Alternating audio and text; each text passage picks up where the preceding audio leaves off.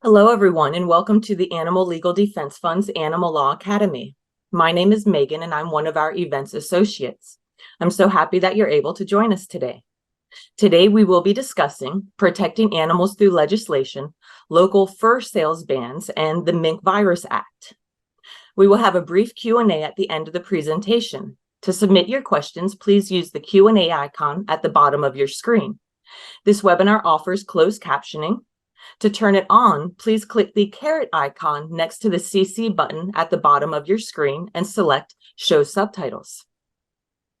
Joining us today are Campaigns Manager Matt Rossell and Campaigner Abbey Benesh. As Campaigns Manager, Matt inspires and engages our supporters to participate in Animal Legal Defense Fund's work and increases our success throughout the organization. Abbey is responsible for increasing supporter engagement through outreach, relationship development and management, and drafting campaign-related content. Thank you both for sharing your time and wisdom with us today. I'll pass it over to you, and we'll see everybody back here for the live Q&A at the end of the presentation. Hey, everyone. I'm so glad that you're here today. My name is Matt Rossell. I'm the Campaigns Manager here at the Animal Legal Defense Fund.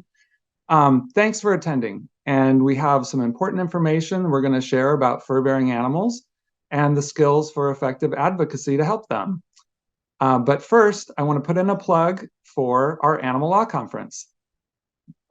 This is going to be our 31st annual Animal Law Conference coming up October 20th through the 22nd at the Biltmore Hotel in downtown Los Angeles. It's the nation's premier animal law conference. Unbelievably, the 31st year we're hosting it, and there's an excellent lineup of expert speakers covering a wide range of topics. You can check out the agenda online, and you should really grab your spot now. There's going to be great networking opportunities, delicious plant-based meals. I'm moderating a panel on local activism for animals, and overall, it's just going to be really rewarding and educational. You won't want to miss it. So consider attending. You can come in person or virtually, and you can find out everything you need to know at animallawconference.org. So in this webinar, we want to just talk a little bit about what you should expect. You're going to learn about local legislation and why it matters. You'll also learn about the fur industry, so you're armed with facts to educate your local representatives. And expect to learn about existing laws and exciting legislation being considered in Congress. And finally, the basic steps to start your own legislative campaign to pass an animal protection law in your community. But before we get into all of that, there's a quick poll question. We just want to know why you're here today. Tell us why you're interested in this webinar, why you're attending. And you should be able to see the question in front of you. You can go ahead and answer it now. The answers are trying to pass a fur ban in your city. Are you just wanting to learn more about local legislative campaigns or learn about the fur industry in general? So I'm going to give everyone a few seconds to answer the question.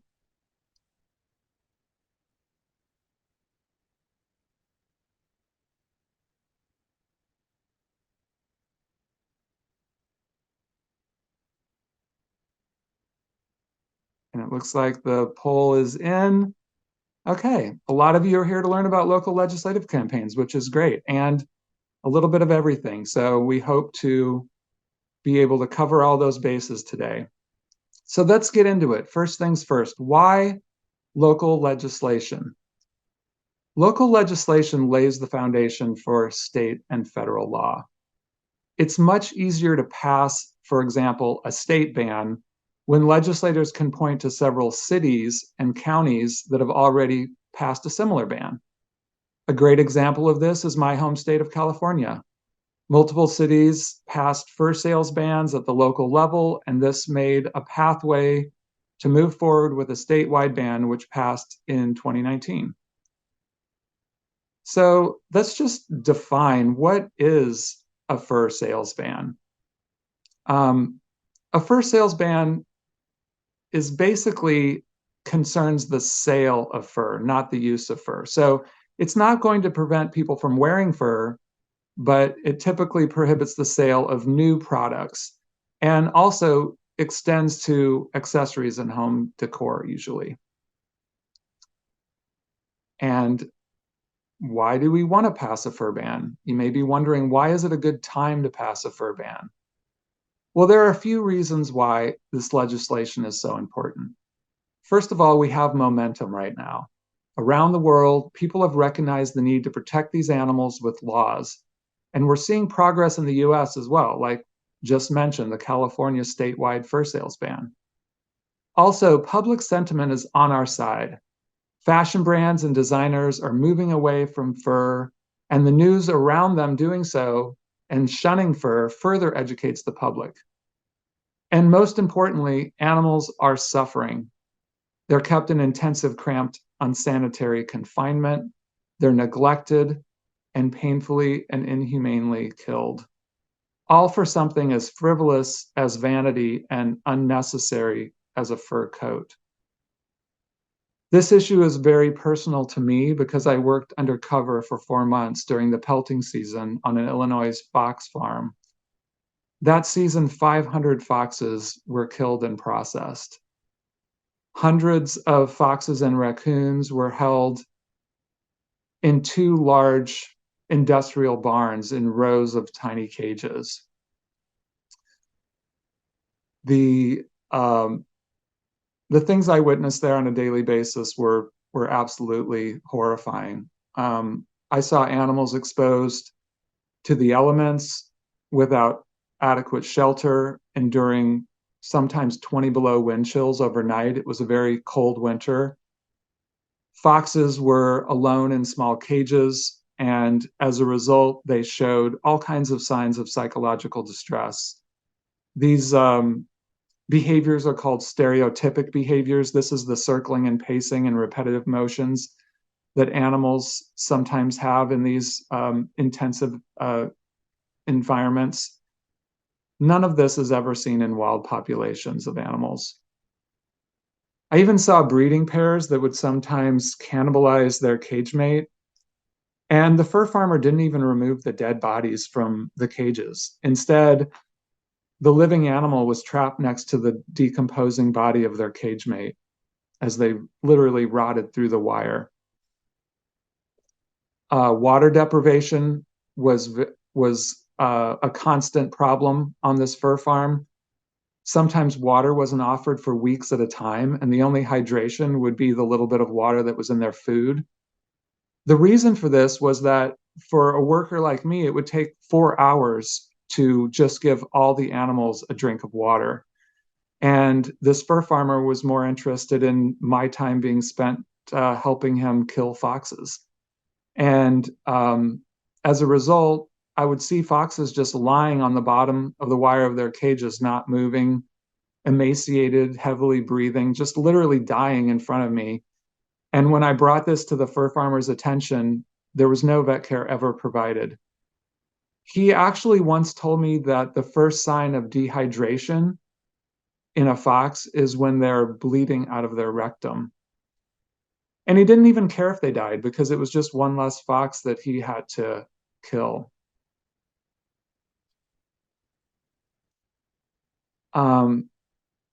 When they did die, the death came by painful, crude anal electrocution, which was a process that was often botched, and a probe would fall out, and the animals would be crying out in pain. All of this we reported to the authorities, and eventually he was investigated by the Illinois State Department of Agriculture.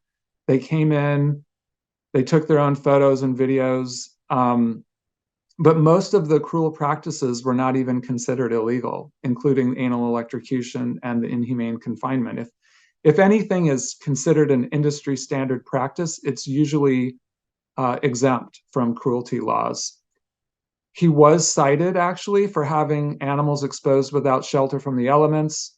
There was one really tragic case where a fox had her leg trapped in the back of the cage and literally chewed her own foot off to get to the food and prevent herself from starving. And when I drew this animal to the fur farmer's attention, he looked at her coat and just said, her coat's fine, and nothing was done. So that was one of the citations. And then he was also cited for the cruel way that he kept deer in raised plywood boxes to collect their urine for cover scent, which he also had a business of selling urine of all these animals, foxes, raccoons, and deer. So as a result, he paid a small fine. He never went out of business. As far as I know, he's still in business today. And all of this is obviously a very sad story. The positive outcome from this investigation was the videos and photographic evidence and documentation that I made while I was there still today is used routinely to educate the public about the brutality of this industry. And the silver lining for me was that he thought I was starting my own fur farm. That was the story. So instead of paying me, he was paying me in fox pups. And in 4 months, I earned 10 baby foxes, which I went back for after they were born. And I brought these babies to some property my friend owned that was surrounded by public land. And we built a large enclosure, and I spent a summer rehabilitating these babies and doing the best that I could in teaching them how to live and take care of themselves in the wild. And at the end of that summer, these 10 baby foxes were the first foxes in 15 generations to run free from this fur farm. And that was a very healing experience. And even though this experience that I had is now 20 years in the past, sadly, the industry hasn't changed. And we've seen in current undercover investigations that these still depict the conditions on fur farms. And that is why we need to change it. And that is why we need your help to prohibit the sale of cruel fur products with local legislation in communities across the country. So let's talk a little bit next about what animals are used in the fur industry. In addition to foxes, other animals exploited in this industry include minks, beavers, chinchillas, raccoons, rabbits, coyotes, lynx, seals. Even dogs and cats are killed for fur in some parts of the world, and their fur has been found sold in the US despite the prohibition against it. And let's go a little bit into more detail about mink in particular, because mink have been the subject of a lot of media attention as of late, and even a congressional bill. Mink are part of the mustelid family, which also includes weasels, badgers, and otters. They're solitary predators and territorial. They're semi-aquatic animals, and they live in dens near water where they get most of their food. You may have, during the COVID pandemic, seen headlines highlighting mink. Here's just a sample of them. These headlines that came during the onset of the COVID-19 pandemic really started in April of 2020, when COVID-19 outbreaks affected more than 450 mink farms in Europe and North America, resulting in the culling, or actually killing, of over 20 million animals in an attempt to stop the spread of this disease. The SARS-CoV-2, the virus that causes COVID-19, has been found now to jump back and forth between humans and mink, with the potential for the virus to mutate in mink prior to infecting humans. Coronavirus outbreaks on mink farms have exposed how the inhumane, unsustainable conditions on fur farms provide an ideal conditions for a virus to spread and mutate. And since the first case of COVID-19 in mink was confirmed in the Netherlands, coronavirus outbreaks have continued to spread throughout mink farm populations. To date, the virus has been confirmed on mink farms in 12 countries. Canada, Denmark, France, Greece, Italy, Latvia, Lithuania, Poland, Spain, Sweden, the Netherlands, and the US. Specifically, starting in Utah in 2020 and continuing in Oregon, Wisconsin, and Michigan. And this also resulted in the killing of thousands of animals. The Michigan case in particular was the first with confirmed mink to human transmission of COVID-19. This is really concerning and illustrates the clear risk these farms have on human health. Many countries have actually sped up the timelines for their fur bans going into effect as a result of this news. And this brings us to the Mink VIRUS Act. Because of this public health risk, Congress is now considering the Mink VIRUS Act, House Resolution 3783. This federal bill aims to prohibit mink farming with a one-year phase-out and establishes a grant program helping farmers to transition out of the industry. The bill targets both reducing animal cruelty and increasing public safety. This is just a very common sense piece of legislation, and we really need all of you to contact your representative in Congress and urge them to support this important bill. You'll see right here we have our website, aldf.org/help mink. This goes to our action alert where you can send an email easily to your member of Congress. And please, after you send the email, pick up the phone and call their office. This only takes a few extra minutes, but it greatly increases the impact of your advocacy. To find your representative's phone number, that bottom link will bring you to our website where you can enter your address, and it will pull up all your state and federal representatives. So next we're going to talk about the animals that are killed for their fur, where they are sourced from. And this includes fur farms and trapping. As we've discussed, fur farms intentionally breed and kill animals to use their fur. Wisconsin is the nation's largest producer of mink pelts with 19 mink farms, and animals in the wild are also trapped and killed for their fur. This practice is largely regulated at the state level, and most states provide only minimal protections for fur-bearing animals. And even with these minimal laws, the enforcement is a major issue. There's a severe lack of enforcement. California is the only state to have prohibited this type of trapping. And in some states, it's actually legal to let traps go for days without being checked. During this time, animals routinely die from dehydration, starvation, exposure, or predation. Sometimes desperate, terrified animals chew their own limb off to escape. And the animals that do end up surviving are then killed. They may be shot, drowned, or bludgeoned to death. So we're going to talk about some more reasons to support a ban. This is all just more evidence for you to share with legislators. First, of course, is animal cruelty. We've talked about this a lot already. What I witnessed on that fox farm still depicts the industry standards today. Animals kept in tiny, filthy wire mesh cages without protection from extreme temperature changes and the elements.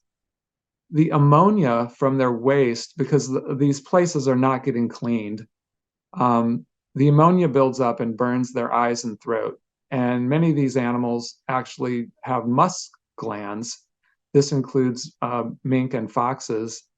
And the overcrowding causes overpowering smells. You really, downwind from these places, you can smell them from more than a half a mile away. And these animals are deprived of their ability to engage in anything that resembles natural behavior. As a result, they self-mutilate, they show these repetitive behaviors, sometimes cannibalizing cage mates and infanticide. And one of the things that I witnessed with one of the fox mothers on the fur farm was she chewed off an ear off of each one of her babies. This is just never seen in the wild. And then when they're killed, that comes by methods including suffocation, electrocution, gassing, or poisoning. All of this to preserve their skin, because these trappers and fur farmers, that's all they care about. Undercover investigations have actually documented animals being skinned alive while still fully conscious. So moving on, another major issue that we've discussed is public health and safety. Fur farms, as we've said, are breeding grounds for zoonotic diseases. These are diseases caused by a pathogen that can be transmissible between animals and people. The poor sanitation and intensive confinement causes stress and creates immune-compromised animals, which creates a perfect pathogen petri dish. And COVID-19 and avian flu are both documented diseases spreading dangerously on fur farms. We really do need your help to pressure Congress to pass the Mink VIRUS Act. And finally, fur and fur farming has a negative environmental impact. Fur production involves numerous toxic chemicals and heavy metals, including carcinogens like chromium and formaldehyde, which leach into the environment. It harms workers, and it may actually be absorbed through the skin of people who wear fur. Farms also create a tremendous amount of waste that contaminates the soil and waterways and contributes to climate change. Now that we've heard the facts, and I know a lot of this is very hard to hear, let's move on to some good news. The fashion industry has been shifting away from the use of fur for many years now, following consumer trends towards ethical and environmentally sustainable options. This quote from Donatella Versace, "Fur, I'm out of that. I don't want to kill animals to make fashion. That doesn't feel right." Well, it doesn't feel right to him. It doesn't feel right to a lot of us. And today there are over 300 major brands that have ceased using fur, including labels like Burberry, Michael Kors, Bloomingdale's, Gucci, Prada, Chanel, Coach, Armani, and Macy's. Here's some more good news, and I want to show you this very inspiring map from the Fur Free Alliance. This covers the international fur bans. And over the past 2 decades, more than 20 countries have either banned the practice or prohibited the farming of a particular species, or have introduced stricter regulations that have effectively curtailed the fur trade in their country. United Kingdom was first in 2000, then Austria in 2005. In December of 2012, the Netherlands, once the EU's second largest mink producer, passed a ban to phase out mink production by 2024. And then, following coronavirus outbreaks on Dutch mink farms, the government declared an early shutdown and shut it all down in 2020. The Latvia ban will phase out fur farming by 2028. And there are bans in Ireland, Italy, France, Belgium, Luxembourg, Czech Republic, Slovakia, and Norway. Norway was once the world's largest producer of fox pelts. Now, all of these countries prohibit fur farming. Germany, Switzerland, and Sweden have banned fur farming, they haven't banned fur farming, but they have enforced stricter welfare regulations. And Hungary, Bulgaria, Spain, and Japan, New Zealand, and the Netherlands all have some form of a partial ban. Also, in 2021, Israel became the world's first country to completely prohibit the sale of fur. And so now we're going to take a look at laws in the US. Mink production is at an all-time low in the United States, and it really is a good time to pursue bans now. Looking at local fur sale bans in the US, we have already mentioned how California started with bans in West Hollywood, Berkeley, San Francisco, and Los Angeles. And this all set the stage for the state to ban the sale of fur in 2019. And currently, New York State has an active legislation aiming to ban fur sales. You can see other cities include Ann Arbor, Michigan, Hallandale Beach, Florida, several communities in Massachusetts, and Boulder, Colorado. So let's take a little bit of a closer look at the California law, because this is a good example of model language for a fur ban. And it could be something that you could share with local legislators. If you're interested in reading the text, it was Assembly Bill 44, and it's easy to find online, and it's a good opportunity to just practice reading legislation. But essentially, this legislation bans the sale of new clothing and accessories that are made of fur or have fur components.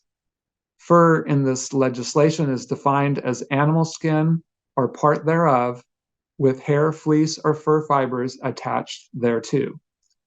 Unfortunately, this law does not extend to sheepskin or cowhide, but with legislation, it's always one step at a time. And there are a few exceptions in this law. There's an exemption for used fur products used for religious and cultural purposes. And also, interestingly, this law was unsuccessfully challenged in court after it passed, and the Animal Legal Defense Fund, along with others, helped to defend the law. And I believe in our resources page that is going with this webinar, we will have a link to that legislation so you can share that with legislators. And at this point, that concludes my portion. I really thank you for your attention. And next up is Abbey to talk about doing work in your own community. Cool. Thanks, Matt. Hi, everyone. Thank you so much for being here with us today. My name is Abbey Benesh. I am a licensed attorney and a campaigner here at the Animal Legal Defense Fund. So as Matt mentioned, I'm going to talk more about the process of actually passing a local fur sale ban in your community now that we're well versed in the issue, thanks to Matt.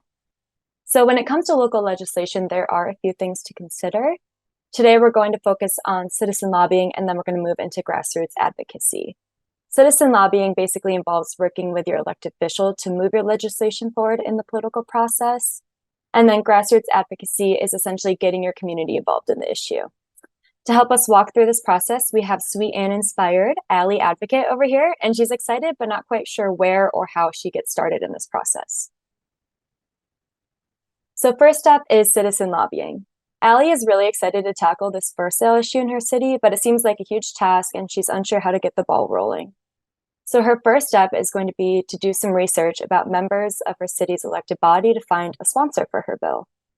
The sponsor is a legislator who will introduce the ordinance and then move it forward in the political process, which we'll talk more about in a moment. Once introduced, the ordinance will become that council member's issue and they will have a personal stake in the ordinance. So when you're looking at viable sponsors, it's helpful to review pieces of past legislation that they have supported, and you can also attend a town hall meeting to figure out what their priorities are. So Allie has spent some time learning more about her legislators, and she thinks she has a good idea of a council member that may be a good fit. And now she needs to call or email the office to request a meeting to present her proposal. So one thing I'd like to note here is that she may not get invited to meet with the council member, but rather a member of the council staff. It's super common at all levels of government, and in this case, we would advise Allie to just trust that if she makes a good impression and a convincing argument, that the information will be relayed to the council member. The staff are the people who work behind the scenes and have the most contact and influence over the legislator, so it's important to build a solid relationship with them as well as the legislator. Okay, great. So Allie has scheduled her meeting with her potential sponsor, and now she needs to start prepping for a successful meeting. She should dress for a business meeting and be prepared with a clear, concise summary of the problem, solution, and a direct ask. In this case, the ask is going to be to sponsor her legislation. So it's a good idea to bring some examples of ordinances that have passed in other communities. Often legislators are more willing to put something forward knowing other communities have already done so, especially cities or towns in your state or that may be similarly situated. So think of like big city, small town, that kind of thing. Allie should also bring a fact sheet and a frequently asked questions sheet. A fact sheet is a one-sided, simple, and direct page that is used to communicate her main points, whereas the FAQ sheet is going to be longer and she can use it in anticipation of her opposition's arguments. So please take advantage of the ones we have on our website. They're there for you, and feel free to edit them to fit your goals and needs for your specific issues. Another important thing to consider is using non-animal arguments.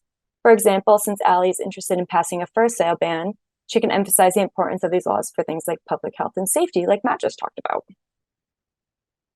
So at the end of the day, one of the most important things I can say about these meetings is to remain positive and professional.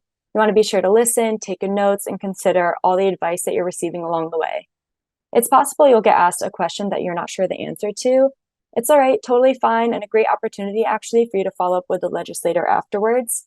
You just need to say something like, great question, I'm not quite sure right now, but I'll look into it and I can get back to you after this meeting. Okay, before we move further along, I'm going to just take a moment to talk briefly about the legislative process generally. The legislative process is different in every jurisdiction, but there are some general similarities that we can go over together. The process typically looks something like this. The ordinance is introduced to the council or commission, assembly, board, chamber, whatever your jurisdiction calls it. It's then drafted into language that fits the local code, likely reviewed by committee, and then ends up in front of the full council for a vote. Again, the details will vary in every jurisdiction, but you can see it's a multi-step, long-term process. It will likely take months, possibly even years to accomplish. However, there is often downtime between steps, and you'll not necessarily be working on it continuously during this time. So it's going to look more like periods of required attention, followed by periods of monitoring and kind of waiting for the next step to be put on the schedule. It will be helpful to learn more about how this process works by attending some council meetings and paying attention to how legislation moves. Also, your sponsoring legislator and their staff will be obviously very well versed in this process and a great question or a great resource should you have any questions. Now back to Allie. So Allie has successfully secured her legislation sponsor, yay, and she can move on to the next step. In addition to citizen lobbying, there is grassroots activism, and it's a key component in a successful campaign. So grassroots advocacy is basically just getting a broad base of community members to engage in the political process. If you are part of our mailing list, you've probably gotten involved in some grassroots work by signing something like a petition or writing to your legislator. These small actions are all like a vote, and each individual small action or vote, collectively with the dozens or hundreds of others, shows lawmakers that there is actually wide support in favor of the ordinance. This type of action is essential, can ultimately lead to the passage or defeat of a bill. The three tools that Allie will use to harness the power of grassroots activism are action alerts, social media, and then public testimony. And we can break down each of these a bit more. Okay, so first, action alerts are basically messages to your supporters asking them to take some type of action. We often send these out to supporters when a proposed ordinance or bill is scheduled for something like a committee hearing or a floor vote. It applies pressures from the constituents. So as Allie starts drafting her message, she should keep in mind that it should be short, specific, and easy. It's also a good idea to include a sample message. It really helps people conceptualize the tone and substance of our target and our message. Allie should also be sure to include a disclaimer that action should only be taken if a person lives within the target jurisdiction. Legislators have a responsibility to their constituents, and they will prioritize them over others. You don't want to frustrate a legislator with an overwhelming amount of messages from people outside of their jurisdiction. So one important thing to note here is that as Allie continues to work on this campaign, she's going to want to continually be developing a list of supporters and collecting their contact details so that she can send these alerts out at times when she will need their help. Building a coalition with other local humane groups, rescues, even national animal protection organizations like us can help you broaden your reach. Okay, so after sharing her action alert with her list of contacts, Allie has decided to expand her reach by sharing the alert to her Facebook page. Great idea. So one of the most common but daunting vehicles, I think, for grassroots advocacy is social media.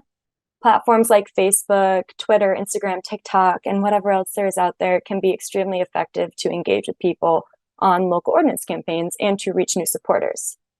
So as always, Allie is going to be kind. She's going to address differences in opposition. People will be looking to see how she's reacting to different comments, and her response may set the example and tone for others to follow suit. It can be especially tricky on social media, but like we just talked about, make sure to drive home the importance of only contacting legislators within that specific jurisdiction. Okay, so at this point, Allie has harnessed the power of the internet to send her action alerts and share on social media. But is there anything else she can do? So the final tool for grassroots advocacy that we're going to discuss is a powerful one, and it's public testimony. So at various stages, as an ordinance progresses through this process, At something like a city council meeting or committee hearing, there will be opportunities for public comment on proposed legislation. Testifying presents the best opportunity for community members to speak directly to legislators and give their opinion on a particular issue. So Allie has identified an upcoming city council meeting, and she's preparing to give testimony during the designated time. As she's writing her draft, she's keeping in mind that she'll probably have 2 to 3 minutes to speak, although she is prepared for that time to get cut short. So to play it safe and ensure she's giving effective testimony, she's decided to prep a 1-minute version of her testimony just in case. When it's time to speak, Allie is cool, calm, and collected. She introduces herself for the record and thanks the council for their time. If she happens to get cut off, she simply finishes her thought and once again thanks the council. She's remaining calm and she's remaining respectful. Also, a side note, opportunities for public testimony make for a great action alert. It's something to think about. In addition to grassroots advocacy, there is grass-tops advocacy. So grass-tops advocacy is a term that describes an individual who may have extra influence to mobilize support or convince legislators to support your ordinance. For example, Billie Eilish and Joaquin Phoenix were among a group of celebrities who added their voice to a letter supporting our call for a ban in New York City on horse-drawn carriages. We don't expect everyone to be able to recruit the help of mainstream celebrities, but maybe someone within your circle is friends with the mayor or a local celebrity or a prominent business owner. These are the high-profile people that can play a significant role when used effectively during the campaign, often to do a specific thing, like take a meeting with a legislator who may be on the fence, or sign a letter or op-ed that gets published in the local paper. It's important to ask everyone you're working with to consider who they might know to play this role as grass-tops advocate. And then we have one last poll for you guys. After participating in this webinar, how likely are you to work in your community on a local ordinance? Not likely, I'm curious, but not sure if I have the time. Yes, I want to try, but need more info. And then definitely, I feel ready to get started. And I'll give you a minute to answer that.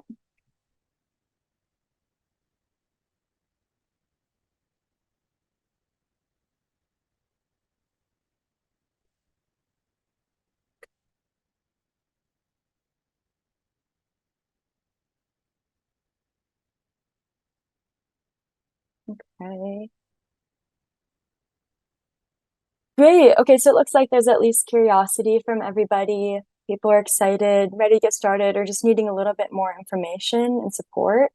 That is kind of where Matt and I come in. We're here to support you all in this endeavor and so excited to have you on our team. So please do not hesitate to reach out and talk more with us about the issue and where to get started and how to get started. And thank you just for being here today. I think we have some time for some questions too, if you're interested in that. Thank you, Matt and Abby. And yes, this is the time. If you haven't submitted your questions yet, please use that Q&A icon at the bottom of your screen and we will get to as many as we can. We have had quite a few come in.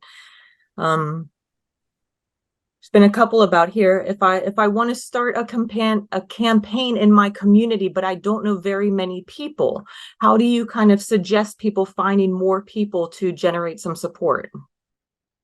Yeah, well, that's a great question because some people do feel very isolated. They might live in a small community where there isn't a lot of advocates. I think it's really just there. I mean, there are lots of ways. One of the things you can do is talk to us. We can try to see who we have in your community. Like, we want this to be. We would love to build a relationship with you if you're working on a local campaign so that we can be a resource for you. So, come to us and ask. We'll see if we know anyone in your community that we could introduce you to. But beyond that, I mean, just kind of like explore places in your community where you might find like-minded people, like at animal rescues, communicate with your local humane society. On social media, sometimes you can find people. You might be able to see if there's any vegetarian meetup groups, or is there any kind of vegetarian society that might be aligned with, helping you with this? I don't know. And then, as Abby said, as you build your list, you want to keep track of all these people. Everyone you meet, if there's protests you attend and you meet other people there, have a sign-up sheet and keep track of these people. You want your list to grow. You don't want to lose anyone. You don't want to forget anyone. So over time, you will build up a list of people that you can reach out to. Excellent. And then how about some suggestions for people who want to get more involved with helping to pass the Mink VIRUS Act? Oh, great. Well, there's, again, email Abby and I. We would like to get people more involved. I mean, the easiest involvement is just the email, the phone call, but there are other opportunities that you can meet with your representative. You can actually schedule a meeting with them if they're in their home district, or even a Zoom meeting with them when they're in DC. That they often have town halls. Some of them are virtual. You can attend these town halls and find a way to ask a question. Anything to raise the profile of this bill and make sure that your representative knows that this is something that constituents in their district really care about. But yeah, we have lots of other ideas. So reach out to us if you want to get more involved in federal legislation, and we'll help you out. You mentioned protesting. We have someone with a question about that. Do you think that protests are generally an effective tool to use in legislative campaigns and for cases like this? Protests can work in combination with legislative campaigns. I think that you want to be very careful with how those come off to the public, because, as Abby said, these campaigns are relationship building. So if you're having a protest where it's a very adversarial, confrontational type of protest, that might be off-putting to legislators who see that, especially if it's getting media attention. But I've seen it work really well. When I lived in Portland, we were having weekly protests at a local fur store, and we really were very professional and handing out information. There was chanting and there was enthusiasm, but there was, nothing illegal or aggressive was happening. And then the furriers, the fur store owners, were lying about our behavior, and they were telling the media that we were doing things that we weren't. And it kind of set a dynamic up where the city really came on our side, and we generated a lot of positive press around it, because it became very obvious to everyone that we were just exercising our free speech and they were lying about it. So I would just say be very careful with how you incorporate protesting, but it can be an effective tool. So that in some ways ties into this one, getting into social media a little bit. I find social media to be a pretty volatile place for animal welfare issues. So when you talk about engaging and sometimes confronting, do you have suggestions on how to be constructive in cases like that? Yeah, well, I think Abby touched on this in her presentation. Modeling good behavior is probably really important. Also, as the moderator of your social media page, you really do have control, and sometimes you just have to use that control to silence people and block messages. I mean, if it really gets offensive, and sometimes it can, if there's things happening in the social media that are just not productive, you can message those people privately. But if it continues, sometimes you just have to hide those comments and just not allow that in your social media. But I think, having positive role modeling is probably the most important thing to try. Absolutely. Here's a good one from a student. I'm a student in New York who's going to be hosting a letter writing event at my school and want to support legislation banning fur farms. In your opinion, which would be the best to support right now? A statewide ban or looking at more of a federal ban? Okay, that's an interesting question. I mean, the first thing I just want to call out is good for you as a student to be doing activism. When I was a kid, I used to always think that activism was something that you did when you're an adult. And now I've been at this for a while, and I have really seen so many examples where kids have been a driving force behind even passing legislation, especially with legislation that is specific to, like animal cruelty that is like for the entertainment of kids. I think of circuses as one. I've seen a lot of kids pass local legislation in their community, and they go, these well-spoken kids and articulate kids will get up in front of this elected body and make a convincing argument. And I've seen it just happen quicker than any adult could do. Legislation gets passed. So I just want to say, first of all, I fully encourage you, and please do reach out to us, because I'd love to work with you on some legislation and a letter writing campaign. But in terms of like state versus federal or even local, I think it kind of depends on, I don't know what state you're in. I don't know what topic you're leaning towards, but I think it's a lot easier to engage in local politics. And I think that might be an effective place to start, is maybe even in your own community, depending on what legislation you're trying to pass. But certainly if there's already a state bill that is been introduced, or a federal bill that you want to work on, you could put your weight behind that as well. I mean, I think all of them are good targets.